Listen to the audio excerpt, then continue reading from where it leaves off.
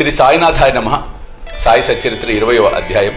ఈశా వ్యాసోపనిషత్తు సద్గురువే బోధించుటకు యోగ్యత, సమర్థత గలవారు, కాకా యొక్క పనిపిల్ల, విశిష్టమైన బోధనా విధానం.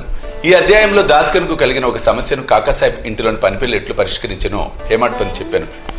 మౌలికముగా సాయి నిరాకారుడు, భక్తుల కొరకు ఆకారం ధరించెను. ఈ మహా జగన్ నాటకమునందు మాయ అను నటి సాయంతో వారు నటుని పాత్ర ధరించిరి. సాయిని స్మరించి ధ్యానితుముగాక. షిరిడికి పోయి అచ్చట మధ్యాహ్న హారతి పిమ్మట జరుగు కార్యక్రమం జాగ్రత్తగా గమనితుము.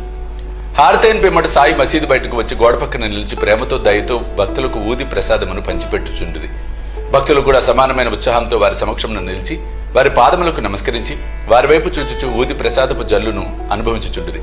బాబా భక్తుల చేతులలో పిడికిళ్లతో ఊదిపోయిచు వారి నుదుటిపై తమ చేతులతో ఊది బొట్టు పెట్టుచుండిరి. వారి హృదయమున భక్తుల ఏడ అమితమైన ప్రేమ. బాబా భక్తులని ఈ క్రింది విధముగా పలకరించుచుండిరి. అన్నా, మధ్యాహ్న భోజనమునకు పొమ్ము. బాబా, నీ బస్కు పో. బాపు, భోజనం చెయ్యి.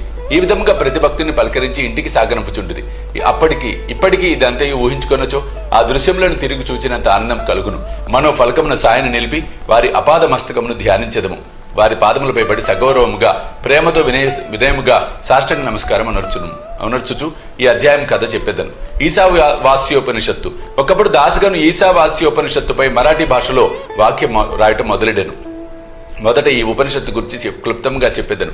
వేద సంహితలోని మంత్రములు కలదగుడిచే దీనిని మంత్రోపనిషత్తు అని కూడా అందురు. ఇందులో యజుర్వేదంలోని 40వ అధ్యాయముకు వాజసనేయ సంహిత ఉండుడిచే దీనిని వాజసనేయ సంహితోపనిషత్తు అని కూడా పేరు.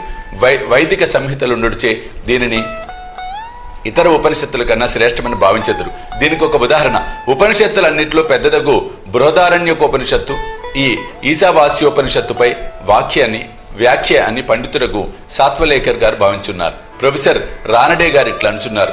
ఈశావాస్యోపనిషత్తు మిక్కిలి చిన్నదైనప్పటికీ దానిలో అంతర్దృష్టి కలిగించే అనేక అంశాలు ఉన్నాయి. 18 శ్లోకాలలో ఆత్మ గురించి విలువైన అపురూపమగు వర్ణన, అనేక ఆకర్షణలకు దుఃఖములకు తట్టుకుని స్థైర్యము గల ఆదర్శము, యోగేశ్వరుని వర్ణన ఇందులో ఉన్నాయి. తరువాతి కాలమున సూత్రీకరించబడిన కర్మయోగ సిద్ధాంతముల ప్రతిబింబమే ఈ ఉపనిషత్తు. తుదకు జ్ఞానమునకు కర్మలకు సమన్వయముగా ఉన్న సంగతులు చెప్పబడినవి. జ్ఞాన మార్గమును కర్మయోగమును సమన్వయం చేసి చెప్పుట ఈ ఉపనిషత్తులోని సారాంశం. ఇంకొక చోట వారిట్లనిరి. ఈశావాస్యోపనిషత్తులోని కవిత్వము, నీతి, నిగూఢత్వము వేదాంతముల మిశ్రమము. పై వర్ణనను బట్టి ఉపనిషత్తు మరాఠీ భాషలోకి అనువాదం చేయటం ఎంత కష్టమో ఊహించవచ్చు. దాస్గను దీనిని మరాఠీ ఓవి చందములో రాశాను. దానిలోని సారాంశం గ్రహించలేకుండాచే తాను రాసిన దానితో తృప్తి పడలేదు. అతడు కొందరు పండితులను అడిగాను, వారితో చర్చించారు. కాని వారు సరైన సమాధానం ఇయ్యకుండిరి. కావున దాస్గను కొంతవరకు వికలమనస్కుడైన సద్గురువే బోధించుటకు యోగ్యత గలవారు. ఈ ఉపనిషత్తు వేదముల యొక్క సారాంశము. ఇది ఆత్మ సాక్షాత్కారమునకు సంబంధించిన శాస్త్రము. ఇది జనన మరణములనే బంధములను తెగ్గొట్టే ఆయుధము లేదా కత్తి. ఇది మనకు మోక్షమును ప్రసాదించును. కనుక ఎవరైతే ఆత్మ సాక్షాత్కారము పొంది ఉన్నారో అట్టివారి ఉపనిషత్తులోని అసలు సంగతులు చెప్పగలరని అతడు భావించెను. ఎవరునూ దీనికి తగిన సమాధానం ఇవ్వనప్పుడు దాస్గను సాయిబాబా సలహా పొంద నిశ్చయించుకొనెను. అవకాశం దొరకగానే షిరిడీకి పోయి సాయిబాబాను దర్శించి వారి పాదములకు నమస్కరించి ఈశావాస్యోపనిషత్తును అర్థం చేసుకున్నటలో తన కష్టములు చెప్పి సరైన అర్థమును బోధింపుడని వేడుకొనెను. సాయిబాబా ఆశీర్వదించి ఇట్లనెను, తొందరపడవద్దు. ఈ విషయంలో ఎట్టి కష్టము లేదు. తిరుగు ప్రయాణంలో విలేపార్లేలోని కాకాసాహెబ్ దీక్షిత్ పనిపిల్ల నీ సందేహమును తీర్చును. అక్కడున్న వారి మాటలు విని బాబా తమాషా చేయుచున్నారు అనుకోనిది. భాషా జ్ఞానం లేని పనిపిల్ల ఈ విషయం ఎట్లు చెప్పగలదు అనిది.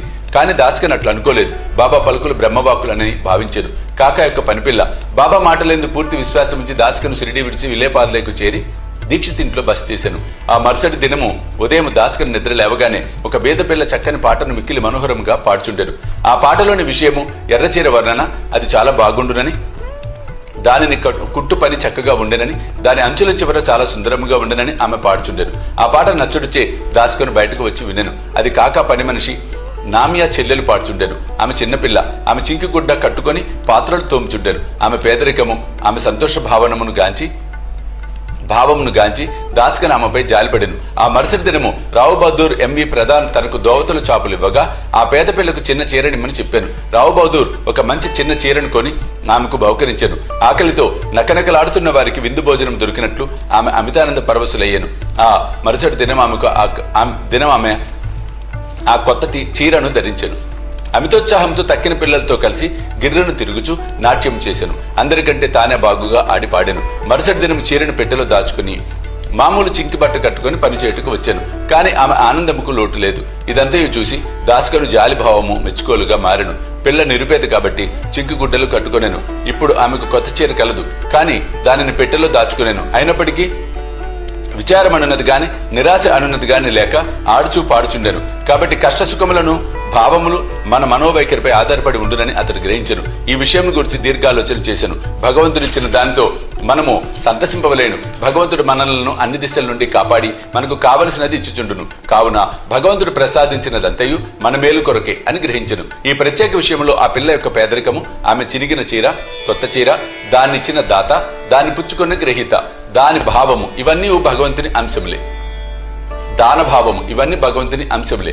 భగవంతుడు ఈ అన్నిటి అందు వ్యాపించి ఉన్నాడు. ఇతర దాస్కను ఉపనిషత్తులలోని నీతి అనగా ఉన్నదానితో సంతృష్టి చెందుట ఏది మనకు సంభవించుచున్నదో అది అంతయు భగవంతుని ఆజ్ఞచే జరుగుతున్నదనియు తుదకది మనకు మేలు కొరకే అని గ్రహించును. విశిష్టమైన బోధనా విధానం పైకి అదను బట్టి బాబా మార్గము మిక్కిలి విశిష్టమైనదనియు అపూర్వమైనదనియు పాఠకులు గ్రహించే ఉందురు. బాబా సిరిడిని విడునప్పటికీ కొందరు మచ్చేంద్రగఢ్కు, కొందరిని కొల్హాపూర్కు గాని షోలాపూర్కు గాని సాధన నిమిత్తం పంపుచుండెను. కొందరికి సాధారణ రూపంలో, కొందరికి స్వప్నావస్థలో, అది రాత్రి గాని పగలు గాని కనిపించి కోరికలు నెరవేర్చుచుండెను. భక్తులకు బాబా బోధించు మార్గములు వర్ణింపనల్లవి కాదు. ఈ ప్రస్తుత విషయములలో దాసగను విలేపార్లే పంపి పనిపిల్ల ద్వారా అతని సమస్యను పరిష్కరించాను. కానీ విలేపార్లే పంపకుండా షిరిడిలోనే బాబా బోధించరాదాయని కొందరు అనుకోవచ్చును. కానీ బాబా అవలంబించినదే సరైన మార్గము. కానిచో పేద నౌకరు పిల్ల, ఆమె చీర కూడా భగవంతుని సంకల్ప రూపములే అని దాస్కన్ ఎట్లు నేర్చుకుని ఉండును. ఈశావాస్యోపనిషత్తులోని నీతి, ఈశావాస్యోపనిషత్తులో ఉన్న ముఖ్య విషయము అది బోధించు నీతి మార్గమే. ఈ ఉపనిషత్తులో ఉన్న నీతి దానిలో చెప్పబడిన ఆధ్యాత్మిక విషయములపై ఆధారపడి ఉన్నది. ఉపనిషత్తు ప్రారంభ వాక్యములే భగవంతుడు సర్వాంతర్యామని చెప్పుచున్నవి. దీనిని బట్టి మనం గ్రహించవలసినదేమనా మానవుడు భగవంతుని ఇచ్చిన దానితో సంతృష్టి చెందవలేను. ఏలనా భగవంతుడు అన్నింటికి ఎందుకు కలడు. కావున భగవంతుడు ఏది ఇచ్చానో అది ఎల్లా మన మేలు కొరకే అని గ్రహించవలేను. దీనిని బట్టి ఇతరుల సొత్తుకై ఆశించరాదు. ఉన్నదానితో సంతృష్టి చెందవలెను. భగవంతుడు మన మేలు కొరకే దాన్ని ఇచ్చి ఉన్నాడని, కావున అది మనకు మేలు కలుగ చేయునని గ్రహించవలెను. దీనిలోని ఇంకొక నీతి ఏమన్నా, మనుషుడు ఎల్లప్పుడూ ఏదో తనకు విధించబడిన కర్మను చేయుచునే ఉండవలెను. శాస్త్రంలో చెప్పిన కర్మలు నెరవేర్చవలెను. భగవంతుడు ఆజ్ఞానుసారం నెరవేర్చుట మేలు. ఈ ఉపనిషత్తు ప్రకారము కర్మ చేయకుండుట ఆత్మనాశనమునకు కారణము. మానవుడు శాస్త్రంలో విధింపబడిన కర్మలు నెరవేర్చుట వలన నైష్కర్మ దర్శనము పొందును. ఏ మానవుడు సమస్త జీవరాశిని ఆత్మలో చూచును, ఆత్మ అన్నిటి ఎందునట్లు చూచును, వేయేళ్ల సమస్త జీవరాశి సకల వస్తువులు ఆత్మగా భావించును, అటివాడు మోహమును ఎట్లు పొందును, వాడిందులకు విచారించును.